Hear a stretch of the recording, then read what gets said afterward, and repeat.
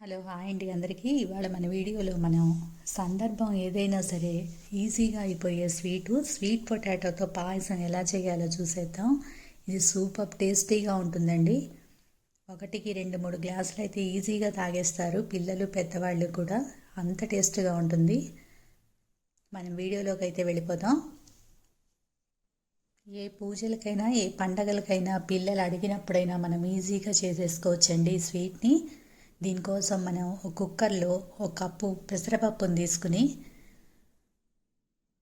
అడుగంటకుండా జాగ్రత్తగా దీన్ని ఒకసారి వేయించేసుకోవాలి. కొంచెం బ్రౌనిష్ కలర్ వచ్చేదాకాను ఈ విధంగా వేగితే సరిపోతుందండి. ఒక 5 నిమిషాల పాటు వేయించేసుకుని దీన్ని ఒకసారి వాష్ చేసేసుకుని మనం నార్మల్ వాటర్తో మళ్ళీ మంచి వాటర్ పోసుకుని ఒక గ్లాస్ అయితే పడుతుందండి. ఒక పెద్ద గ్లాస్ వాటర్ అయితే పోసేసుకుని ఒక పెద్ద స్వీట్ పొటాటో తీసుకుని దీన్ని పెచ్చు తీసేసి సన్నగా ముక్కలు కట్ చేసుకుని ఇది కుక్కర్లో పెట్టేసుకుని ఈ వేయించి పెట్టుకున్న పెసరపప్పులో వేసేసుకుని ఒక 2 స్పూన్లు అయితే లావు సగ్గుబియ్యం తీసుకోండి. సన్నం అయితే మనకి ఉడికిపోయి అసలు కనిపించదు, కొంచెం లావు అయితేనే బాగుంటుంది. ఒక 2 స్పూన్లు సగ్గుబియ్యం కూడా వేసేసుకుని కుక్కర్ ఒక 4-5 విజిల్స్ వచ్చేదాకా విజిల్స్ పెట్టేసుకుని చల్లార్చుకోవాలి.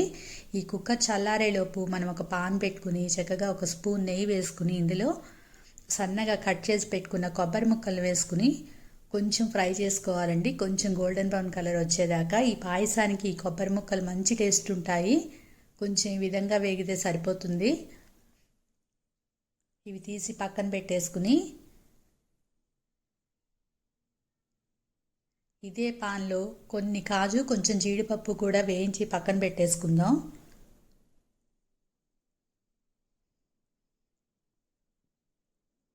మరి మాడకుండా జాగ్రత్తగా ఒక 2 నిమిషాల పాటు వేయించుకుంటే ఈ విధంగా సరిపోతుంది.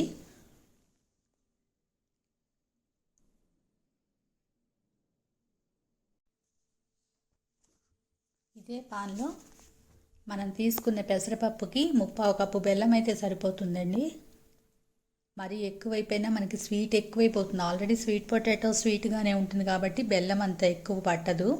కొంచెం వాటర్ పోసుకుని బెల్లం కరిగేదాకా కొంచెం కరిగిచ్చేసుకుందాం. పాకం అయితే అవసరం లేదు, జస్ట్ కరిగితే సరిపోతుంది. ఈ విధంగా కరిగిచ్చేసుకుని ఒక స్ట్రైనర్లో వేసి కొంచెం ఇది చల్లారాక ఒక స్ట్రైనర్లో వేసుకుని ఆ డస్ట్ అంతా పోయేట్టుగా స్ట్రెయిన్ చేసేసుకుంటే సరిపోతుందండి. ఈలోపు మనకి కుక్కర్ చల్లారిపోయి ఉంటుంది.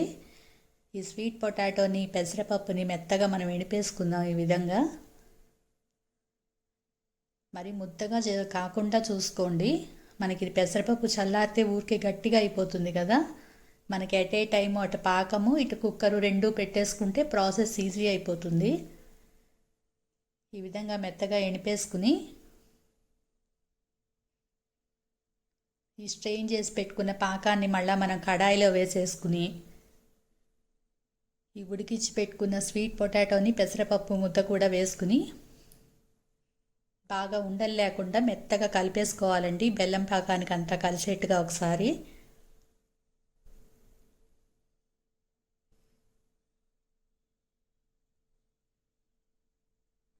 ఈ విధంగా చేసుకుంటే మనకు ఆరోగ్యానికి ఆరోగ్యం, రుచికి రుచినండి. చాలా సూపర్గా ఉంటుంది టేస్ట్ అయితే మటుకు. స్వీట్ పొటాటోలో హెల్త్ బెనిఫిట్స్ అయితే చాలా ఉన్నాయి కదండి. ఏసి విటమిన్లు కూడా ఉన్నాయి ఇందులో. ఈ జీర్ణక్రియ కూడా చాలా మంచిదని చెప్తూ ఉంటారు. ఈ విధంగా బాగా కలిపేసుకుని అంతా ఒకసారి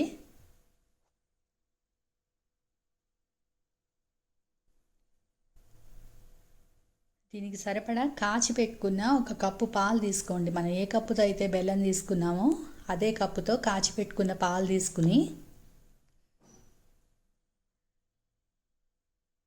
ఈ పాలని పోసేసుకుని బాగా ఒకసారి కలిపేసుకోవాలి.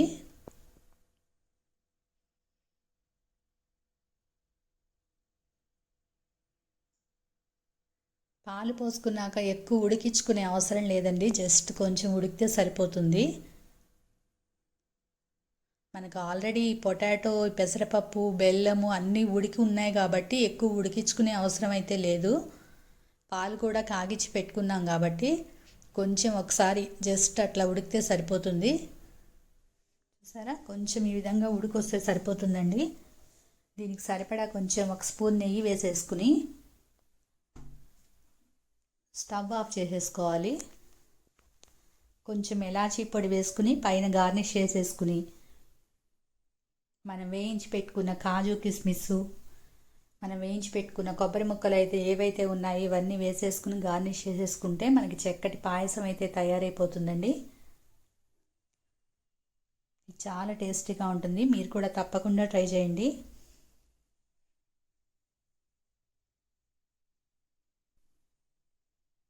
ఈ వీడియో కనుక మీకు నచ్చినట్టయితే ఒక లైక్ చేయండి, కామెంట్ చేయండి. మరిన్ని లేటెస్ట్ వీడియోల కోసం నా ఛానల్ని సబ్స్క్రైబ్ చేసుకోండి. Thank you for watching. Please like, share, subscribe.